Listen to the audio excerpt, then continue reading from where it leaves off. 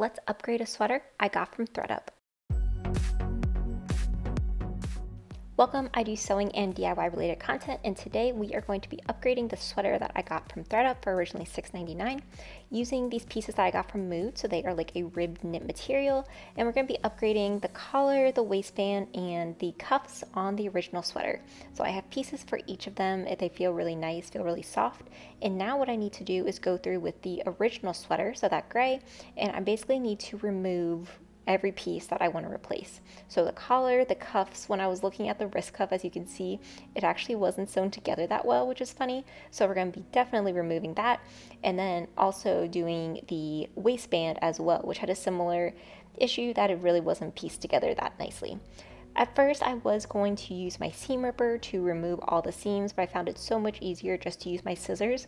And the pieces that I was going to be replacing, they had a much larger stretch than what the original sweater had, so I couldn't really use them as a guide as they were two different weights of material. So I just went through and cut everything out and made sure that all my pieces were ready to go for the original sweater, so I had all the openings done and everything was just like that raw edge. So now that I have my original sweater all ready to go, it was now time to start working on cutting out the pieces that would be used for the cuff, the collar, and the waistband. I started with my wrists first as they were going to be a little smaller, so I felt it'd be easier to gauge what the size should be. I feel like I have really small wrists, so I wanted to be sure that it would fit correctly on my wrist, so I put my wrist down and then I measured out the piece of material that I wanted to use. So I got two of these, one for each wrist. You can see that this is what it looks like on, and it actually feels really nice. I love this material. I may end up wanting to get some more of these for future winter projects, but what I was noticing was that it was really, really wide compared to what a normal wrist cuff would be. So you can see I'm wearing a hoodie here, and I kind of want that to be the same measurement as what I will be using on the sweater. So it was around 3 inches, so I did 3.5 inches to give some seam allowance in there, and then I just cut this out so that it would be the correct width and length for the cuff, and then I repeated this for the second side. So now that the wrist cuffs are done, it is time to start working on the collar. So I have the piece that is for the collar. You can see it here. And what I want to do is I want to be sure that I can fold it over some so that it has a fun turtleneck feel, but I don't want it to be super, super chunky. So I am going to determine how much I want to cut off a little bit at the bottom so that when I fold it over, it looks really nice and like has that nice turtleneck, but it's not like a really thick turtleneck either. So I took the measurement for my own neck to determine how long I wanted it to be, and then I just took the measurements so that I would get this nice rectangle that would be perfect for the collar itself. So this is what it looks like, and then now it was time to start working on the waistband at the bottom.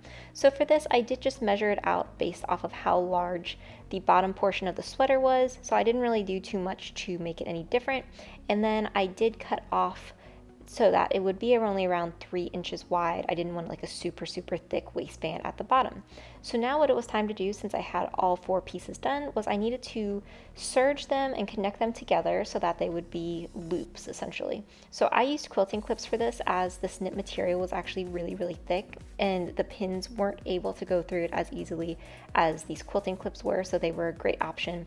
So with right sides together, I just pinned these up at that short edge, and I'm just going to take a seam across. Now I'm going to be using my serger, as I'll show you in a second. If you don't have a serger though, you definitely could use a zigzag stitch on your sewing machine. So now I have the 4 pieces and it's just time to serge them. Now for the seam on my serger, I did have it cutting away some of that extra material just so that it would be really nice and neat, but again, you do not have to do this.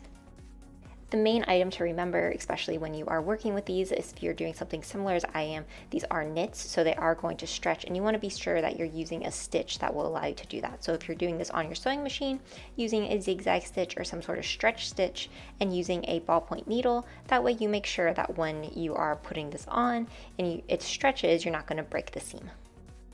So now with that done, it was time to turn my sweater inside out so that I would be able to attach the cuffs, the collar, and the waistband to the sweater.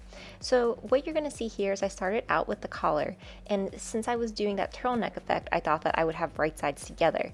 This ended up being incorrect, as when you fold the turtleneck over, you're able to see the raw edge. So even though it was nice and clean, I didn't really want that. So later on in the video, I do go through and fix this. But basically, if you are following that same turtleneck approach, be sure to put this so that it's the right side of the sweater with the wrong side of the collar. Next, it was time for the cuffs, and I noticed that they were still quite large and they were much bigger than what I was anticipating. So I did cut a little bit more of this off so that I didn't have such a large cuff on either sleeve, and that this was just going to make it fit nicer and kind of be not as big on me. Once I did that, I repeated for the second cuff, just using based off the measurement of the first, and then I did connect these with right sides together into the original sweater, and I repeated this for both sides. Now for the waistband, this also was just an issue of having to combine these with right sides together, so that raw edge, pinning this at the bottom using my quilting clip so that I could take a seam all the way around using my serger.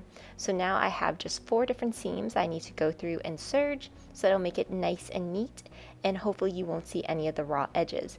Now, as you can see at the top, I'm really focusing on the collar as I was sure that I'd done this correctly, but as you'll see in a second, I ended up needing to go back and redo this. All the other seams though turned out really, really well. Now, if you are like me and you are using your serger to do this, these seams are a circular seam, or like we're sewing in the round, and a serger does have that ability to cut off the raw edge. So as you are going through with the seam, at some point you are going to want to turn off the ability to cut the fabric off as when you start to get around. So as you can see here, this is where I started with my seam, so it is already done. I do not want to cut any fabric off, and then this is where I'm going. So this is the point where I turn off the ability to cut any of that extra fabric, anything that I need to, and then I just continue serging.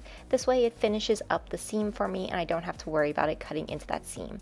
So this is what it ends up looking like for the waistband. It looks super nice and I love how it looked. Now, one point just to note is this fabric, this knit was incredibly messy. So you can see it is all over the floor, it was all over my serger. So be sure if you are using a knit very similar to this that you just take your time and know that there's going to be some cleanup.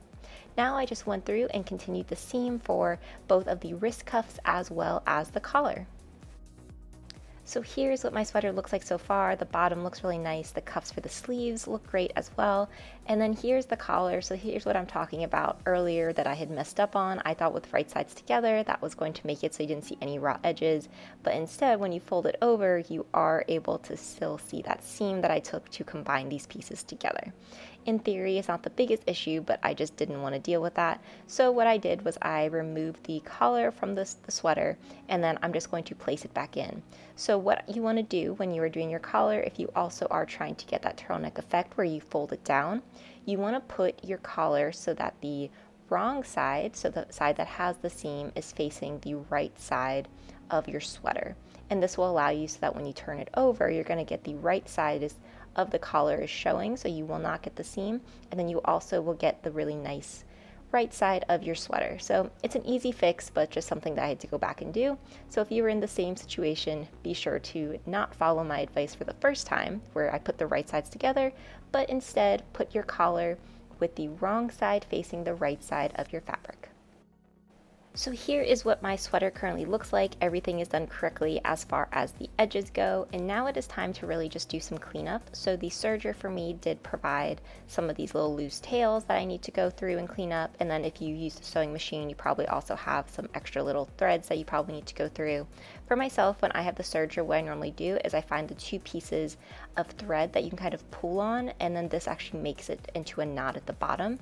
So I go through and pull those 2 pieces of thread, and then I knot them, and that allows me to get like a secure stitch so I don't have to worry about the serger tail coming undone, as even though it can seem that it's a very complicated stitch, your serger threads can actually come unraveled as well. So be sure you take care of those for any serger seams that you're working.